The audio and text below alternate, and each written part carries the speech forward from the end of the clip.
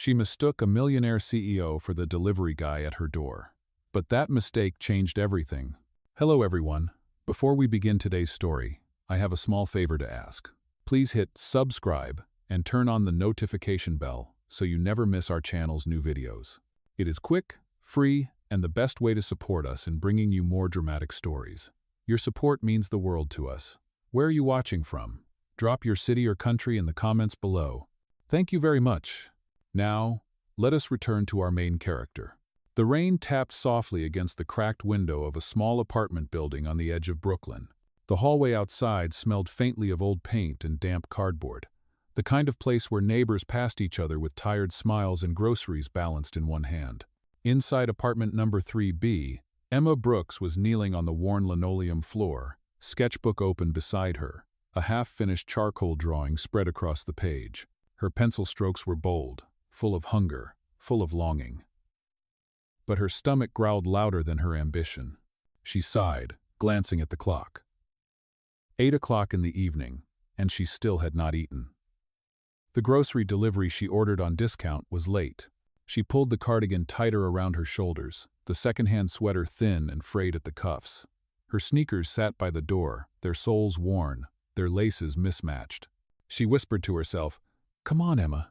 You promised Jenny you would hold it together this week." A sudden knock echoed against the door. Her heart jumped. She scrambled to her feet, brushing graphite dust from her hands, and hurried across the room. The bag of coins she had saved clinked in her palm, just enough to cover tonight's groceries. She swung open the door and saw a tall man standing in the hallway. He wore a dark jacket, pressed slacks, and shoes polished enough to reflect the dim light above the doorway. His hair was neatly styled, his posture confident, and in his hands was a brown package. Emma's eyes lit up with relief. "Finally, you are here. Could you please just bring it inside? It is so heavy for me." The man blinked, his brows furrowing slightly. What?" She was already stepping back, waving him in. "The groceries. I ordered them this morning. They always forget to bring them up the stairs. But thank you. Just put it on the kitchen counter." "Oh." For a moment he hesitated, his lips parting as if to correct her. But something in her voice stopped him. Her sincerity, her tired eyes, the way she held those coins like they were her lifeline. He glanced down at the package in his hand. It was not groceries at all. It was a confidential folder of documents he had carried from his office to review tonight. But she did not know that. She thought he was just a delivery guy at her door. He exhaled slowly, and then, against his better judgment, stepped inside. The apartment was small, one room serving as living room, dining room, and kitchen. The walls were dotted with faded art prints taped up in uneven rows. On the table sat a cracked mug filled with pencils, brushes, and a half-empty jar of instant coffee. Emma smiled awkwardly, pushing her sketchbook aside to clear space. "Just set it here. I will get your tip." She opened her palm, revealing 3 crumpled dollar bills and a handful of quarters and dimes. She placed them on the counter with an embarrassed laugh. "It is not much, but I really appreciate it." The man stared at the small pile of coins, then at her. Her eyes shone with genuine gratitude, not pity, not calculation. No one had looked at him like that in years. He should have told her the truth right then. He should have said, "I am not your delivery guy." But instead, he found himself nodding slightly, almost smiling. "It is fine," he murmured. Emma tilted her head, studying him with curiosity. "You are not like the usual delivery drivers. You seem, I do not know, different." He cleared his throat, suddenly uncomfortable under her gaze. "I was, just passing by." "Lucky for me," she said warmly, her cheeks dimpling as she smiled. Then, almost shyly, she added, "My name is Emma." For a heartbeat, he considered keeping silent, slipping out the door, leaving her with her mistake. But something about the way her voice cracked at the edges, the way she carried herself with both fragility and fire, made him answer. "Liam," he said quietly. "My name is Liam." Emma repeated it softly, like she was testing the weight of it. "Liam, thank you, Liam." She turned away, busying herself with stacking the few canned goods left from last week. She did not notice how his eyes lingered on the sketchbook she had pushed aside. The bold strokes of a city skyline, drawn with a hand that dreamed of more than rent and survival. Liam Parker, the man she mistook for a delivery guy, stood silently in that small apartment, and for the first time in years, he felt something shift inside his chest. He had not planned to stop here. He had not planned to meet her. But as he glanced once more at the coins on the counter, at the girl who thought he was ordinary, he knew one thing for certain: this mistake was only the beginning. The sound of the door clicking shut lingered in Emma's ears long after Liam had left. She leaned her back against the door, her chest rising and falling, replaying every second in her mind. She had just tipped a stranger who looked far too polished to be any delivery driver. Her cheeks burned. "Emma, you are ridiculous," she whispered to herself. The apartment was quiet, except for the hum of the refrigerator, a faint buzz that reminded her of its age. She moved to the kitchen counter where the coins still sat, scattered from her palm, 3 wrinkled dollar bills and a handful of quarters and dimes. It was all she had left until her next paycheck. She scooped them back into her jar, the glass clinking with a hollow sound. The jar was barely 1/4 full. Rent was due in 1 week, and she was already behind. She pulled her sketchbook back onto her lap and sat cross-legged on the floor. The page showed a rough outline of the Brooklyn Bridge at dusk. Charcoal strokes smudged across the page where her hands had trembled. She wanted to finish it, to imagine her work hanging on the walls of a real gallery, not taped to the faded paint of her apartment. But her stomach growled again, sharp and unforgiving, snapping her out of her daydream. Her phone buzzed across the table, the cracked screen lighting up with a message from her best friend Jenny. "Did you survive today? Remember the interview next week. Do not chicken out." Emma smiled faintly, her thumb hovering over the reply. Jenny never gave up on her, even when Emma gave up on herself. But the truth was, she felt small. Small against the weight of overdue bills. Small against the city that seemed to move faster than she ever could. She pushed the phone aside and pulled her jacket tighter around her shoulders. The jacket had once been her mother's, the fabric frayed but warm. Emma opened her fridge and frowned.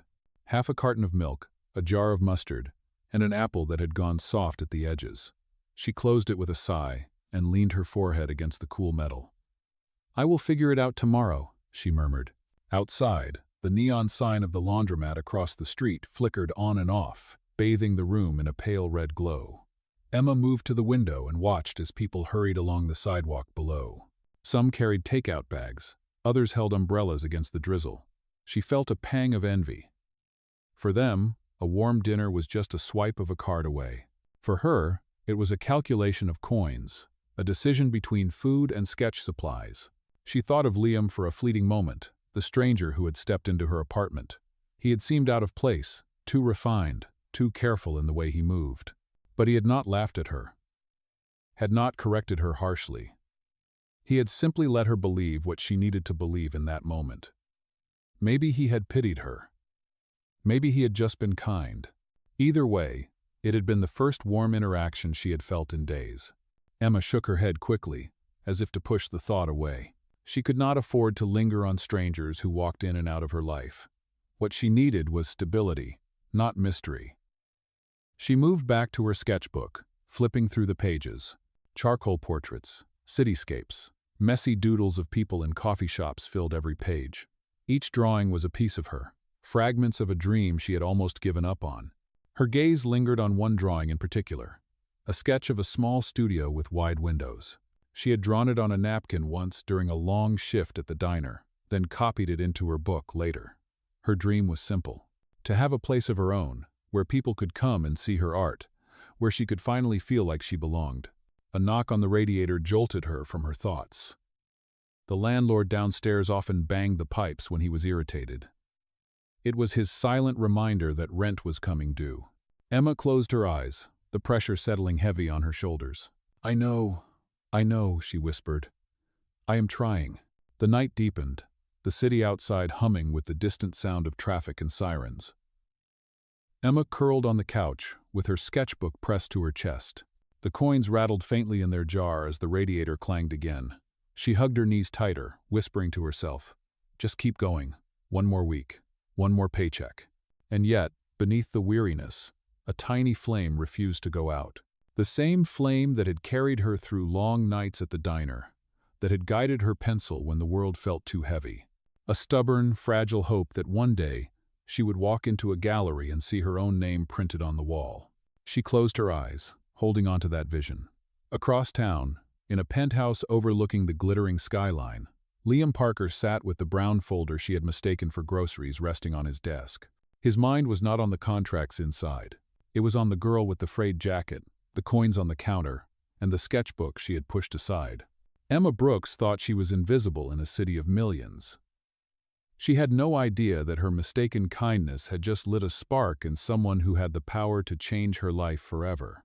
The next morning came with a pale wash of light filtering through the thin curtains of Emma's apartment. The radiator hissed as if mocking her restless sleep. She dragged herself to the table where her sketchbook still lay open, the bold strokes of her unfinished drawing smudged across the page. She traced the lines with a fingertip, her mind drifting to what she wanted most but could never seem to reach. Her dream was not extravagant.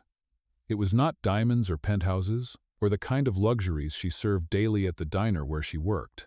It was simpler, a space with tall windows and white walls, a place where she could paint without worrying about the next bill, a gallery where her sketches might hang instead of curling at the corners on her apartment walls.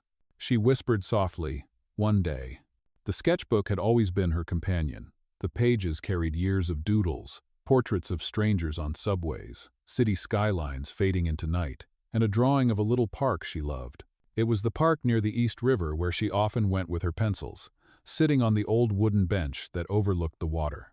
There, away from the noise of the city, she could breathe, she could believe. That park, and this sketchbook, were her reminders that life was more than overdue rent and greasy diner shifts. Emma tucked the book into her bag and headed out. The streets of Brooklyn were already alive with honking cars and the buzz of morning commuters. She pulled her jacket tighter and walked fast, passing the corner bodega where the owner gave her a sympathetic nod, passing the bakery she could not afford, and turning into the side street that led to the diner.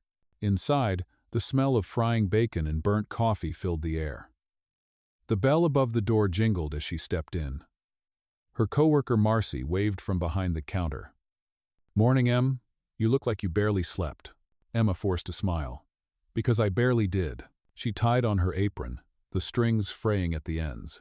Her section was already filling with regulars, men in construction gear, office workers with their phones glued to their hands, and a pair of students sharing pancakes.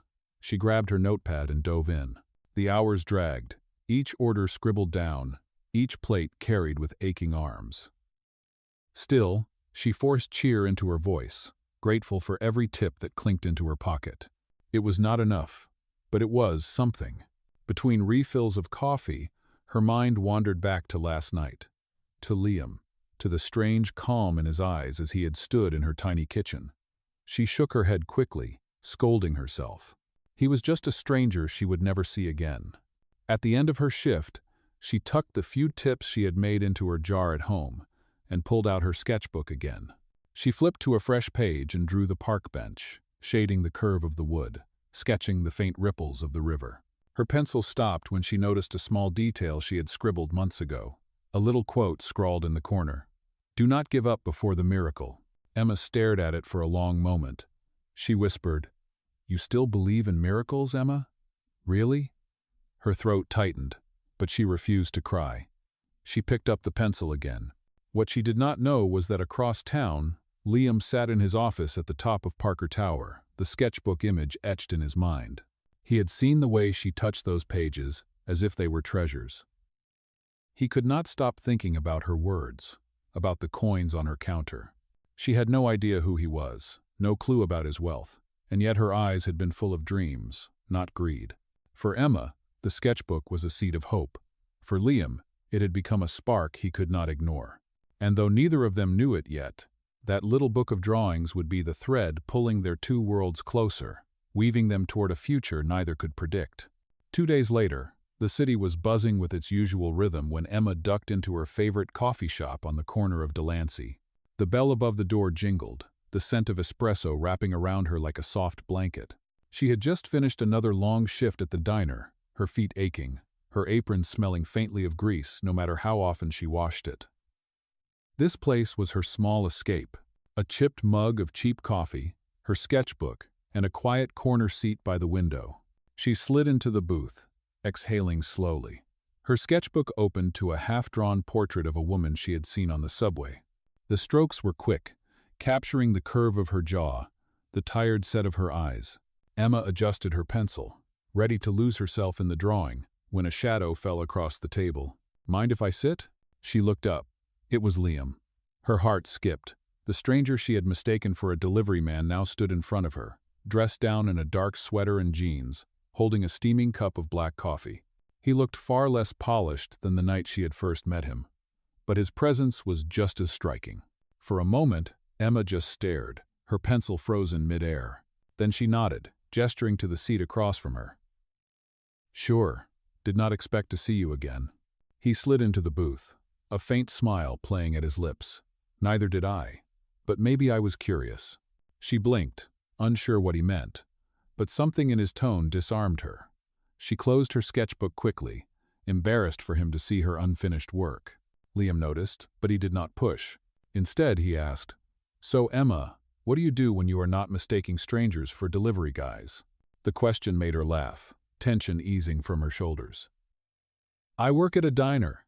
Long hours, low tips, but it keeps the lights on. Well, most of the time." She took a sip of her coffee, shrugging as if it did not matter, though the weight in her eyes betrayed her. "And when I am not working, I draw. It is silly, I guess. But I love it." "Not silly," he said softly. "What do you draw?" Emma hesitated, then answered. "People, places, dreams." She tapped the cover of her sketchbook with her fingertip. "Things I want to remember, or things I am afraid of forgetting." Liam leaned back, studying her with quiet curiosity. He had sat through countless dinners with investors and colleagues, conversations polished and rehearsed like scripts. But this raw honesty was rare. He found himself wanting to hear more. "And you?" she asked, tilting her head. "What do you do?" He hesitated. This was the moment he could reveal the truth. That he was Liam Parker, founder of Parker Technologies, a name splashed across magazines and stock tickers. But her gaze was so open, so unguarded, that he could not bring himself to shatter it. Instead, he said, "I work in tech. Freelance stuff. Coding, apps, boring things like that." Emma smiled, almost relieved. "Tech, huh? I can barely keep my phone alive for more than 2 hours. You must be some kind of genius." "Hardly," he said with a small chuckle. The conversation flowed easily after that. They spoke about the city, about favorite spots, about how Emma would sneak away to her park bench by the river just to draw. Liam listened closely. The image of her sketchbook burned into his thoughts. He noticed the way her hands moved when she talked, animated and alive, even as she tried to downplay her dreams. For Emma, it was unusual to feel this comfortable with someone she barely knew. There was something about Liam, steady, attentive, kind, that made her forget the walls she usually kept around her. She found herself laughing more than she had in weeks, and when she glanced at the clock, 2 hours had passed without her realizing it. As they stood to leave, Emma tucked her sketchbook under her arm. "Thanks for the company," she said softly. "It was nice." Liam nodded, his eyes lingering on her. It was. Outside, the rain had stopped, leaving the streets damp and glistening under the city lights. Emma walked one way, Liam the other. But as he glanced back once more, watching her disappear into the crowd, he felt a pull in his chest he could not ignore. She thought he was just another man scraping by. He knew the truth. And with every step, the weight of that truth grew heavier. For the first time in a long while, Liam Parker wondered if keeping his identity hidden was the biggest risk of all. The days turned into weeks, and the meetings between Emma and Liam grew less like chance and more like something inevitable. Sometimes they shared a cup of coffee at the corner shop. Sometimes they walked along the East River where Emma carried her sketchbook tucked under her arm. Each time, the conversations deepened. Each time, the air between them shifted, warmer, closer. One late afternoon, Emma invited Liam into her small apartment for the first time since their unusual meeting. She was embarrassed by the peeling paint and the way the radiator clanged like an impatient landlord. But Liam stepped inside with the same calm presence as before. He looked at the sketches taped to her walls, the stacks of notebooks piled near the couch, the empty coffee jars filled with pencils. "You live inside your art," he said softly, almost to himself. Emma laughed, brushing a loose strand of hair behind her ear. Or maybe I just do not know how to live outside of it. She set 2 mismatched mugs of instant coffee on the table, apologizing for the chipped rim of his cup. But he only smiled and took it without hesitation. They spent hours talking in that small room. Emma told him about her mother, about the way illness had drained their savings and left Emma working double shifts. She confessed her fear of never breaking free from the weight of bills and doubt. Liam listened, never interrupting, never judging. When she asked about him, he hesitated again, torn between the truth and the story he had built. He spoke vaguely of work that kept him busy, of nights when the city lights felt lonelier than comforting. For the first time in years, he admitted a piece of his own emptiness, the fear of being surrounded by people but never truly seen. Their bond tightened in those moments, not through grand gestures, but through the small honesty of shared silence. He watched as she pulled her sketchbook onto her lap and began to draw, her pencil gliding across the page. "You should not look," she teased, turning it away. But he leaned closer, catching a glimpse of a face forming under her hand. His own. He said nothing, only smiled faintly, and let her keep drawing. Later that week, Emma asked him to come with her to a small gallery on the Lower East Side. It was not a fancy exhibition, just a student showcase. But for Emma, it was a taste of the world she longed to enter. They wandered through the tiny space, stopping at canvases splashed with color and framed sketches taped with handwritten labels. Emma's eyes shone as she studied each piece, her words tumbling fast with admiration. Liam watched her more than the art. The way her gaze softened, the way she tilted her head, the way she whispered, "Someday," under her breath. He realized then how much she carried in her heart dreams larger than the cramped apartment, stronger than the weight of unpaid rent. On the walk home, she nudged his shoulder with a playful grin. "You never talk much, Liam. Jenny always says I talk enough for 2 people, so maybe that works." He chuckled, but inside, the words pressed heavy. Jenny had thought he was Kevin once. Emma still thought he was just Liam, the man who worked in tech. Not Liam Parker, the CEO whose name filled headlines. The lie he had let live between them was becoming harder to carry. But as she slipped her arm through his while they crossed the wet street, laughing at something small and silly, he knew why he kept the truth hidden. For the first time, someone liked him not for his last name, not for his fortune, but for who he was when all of that was stripped away. And yet, he also knew sooner or later, the truth would come crashing in. The night of the gala arrived with the kind of sharp chill that made the lights of Manhattan seem brighter, more unforgiving. Emma had never been to an event like this before. She had borrowed a simple black dress from Jenny, the fabric slightly too long, the straps slipping from her shoulders. She pinned her hair up with trembling fingers and told herself it was just another evening, just another night out. But her heart hammered as she stepped into the marble lobby of the Parker Foundation's annual charity event. Liam had invited her with little explanation. "It is nothing formal," he had said, though the chandeliers glittering above and the sea of sequined gowns told her otherwise. She clutched her worn clutch purse tighter, trying not to shrink under the weight of stares from women draped in diamonds. At first, she was distracted by the grandeur. Waiters in crisp uniforms carried trays of champagne. A string quartet filled the air with elegant notes. Liam walked beside her, steady and calm, his presence the only anchor she had in the swirling tide of wealth. He leaned down and whispered, "Just breathe. You belong here more than you think." She smiled faintly, believing him for just a moment. Then the announcement came. The master of ceremonies stepped onto the stage, his voice booming through the microphone. "Ladies and gentlemen, please welcome tonight's guest of honor, the visionary behind Parker Technologies, the founder of the Parker Foundation, Mr. Liam Parker." The words struck like lightning. Emma's breath caught in her throat as the spotlight swung toward the man beside her. He stepped forward with ease, the crowd erupting into applause, cameras flashing like bursts of fire. Her world tilted. Liam Parker. Not a delivery guy, not a quiet freelancer, but a man whose name was printed on magazine covers and billboards. A millionaire CEO standing on stage as if he had been born to the applause. Emma's knees weakened. She staggered back, clutching her clutch to her chest. Images flashed in her mind, the coins she had pressed into his hand, the nights she had spilled her dreams without filter, the times he had let her believe he was ordinary. shame and betrayal wrapped tight around her throat. On stage, Liam's eyes searched the crowd until they landed on her.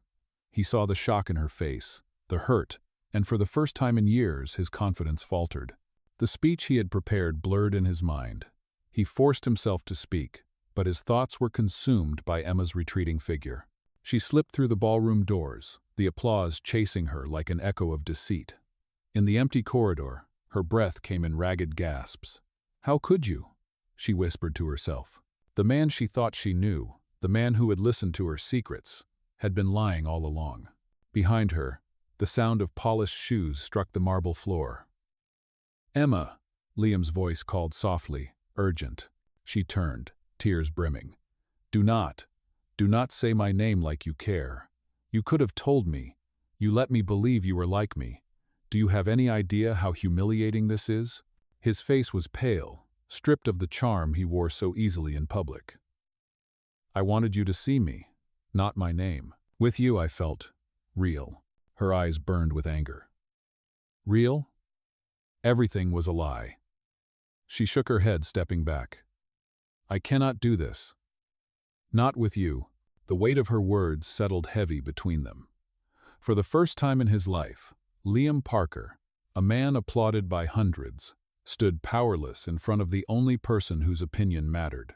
And Emma Brooks walked away, her heels clicking against the marble, each step echoing with betrayal.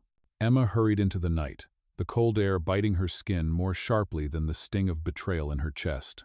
The glitter of the gala hall faded behind her as she pulled her coat tight and pushed through the crowded sidewalk.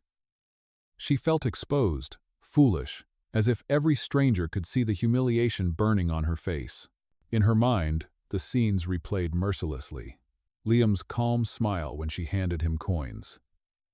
His soft silence while she confessed her fears. His vague answers when she asked what he did for work. All the while, he had been a millionaire CEO, standing on a stage while she stood among the crowd like a shadow. She ducked into the subway entrance, her breath clouding in the chill. On the platform, the roar of the approaching train drowned out the storm inside her head. But it did not silence it. She could still hear his voice behind her in the hallway. "With you, I felt real." The words rang hollow now. Back in her apartment, the sketchbook lay on the table where she had left it.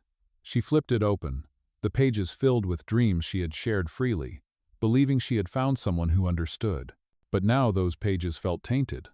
Had he laughed at her inside, pitying the poor waitress who thought her scribbles mattered?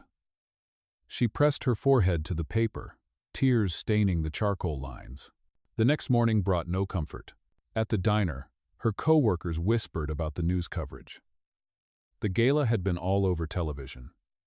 Emma pretended not to hear, but every mention of Liam Parker was like salt on an open wound. Customers scrolled through their phones, showing off pictures of him at the event, polished and confident. None of them knew what it felt like to stand beside him and realize you had been living a lie. By evening, Emma found herself walking toward the small park by the river, the place where she always went to breathe.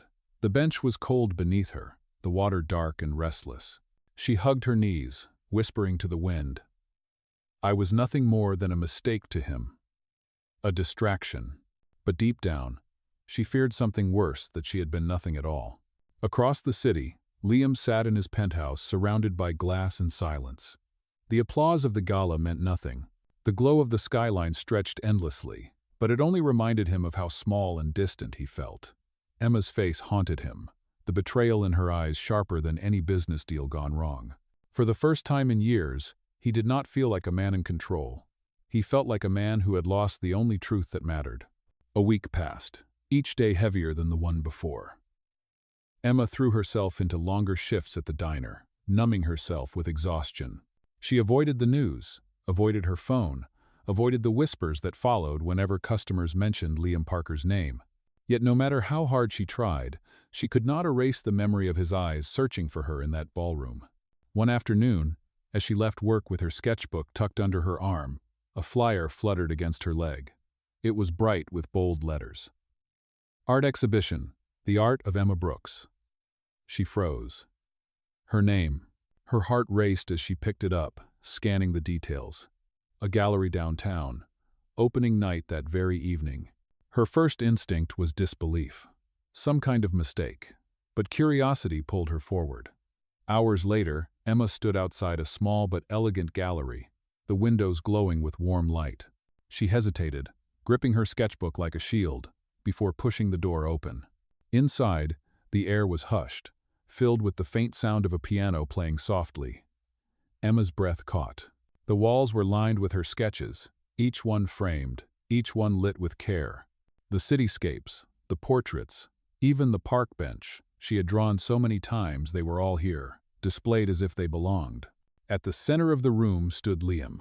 Not in a tuxedo, not in the armor of a CEO, but in a simple shirt and jacket, his posture unsure, his eyes fixed on her. "Emma," he said quietly, his voice carrying across the room. "I wanted you to see what I see. You think you are invisible, but you are not. Your art deserves to be seen. You deserve to be seen." Her throat tightened. Anger and wonder warred inside her. She whispered, "Why? After everything? Why would you do this?" "Because I lied to protect myself," he admitted, stepping closer. "But I never lied about how I felt about you. I should have told you the truth. I was afraid you would walk away before I had the chance to prove it." He gestured to the walls around them. "This is me proving it, not with money, not with titles, but with something that is yours, something real." Emma looked around at the sketches she had once taped to peeling walls. Now they hung under golden light, strangers admiring them with quiet awe. Her heart trembled.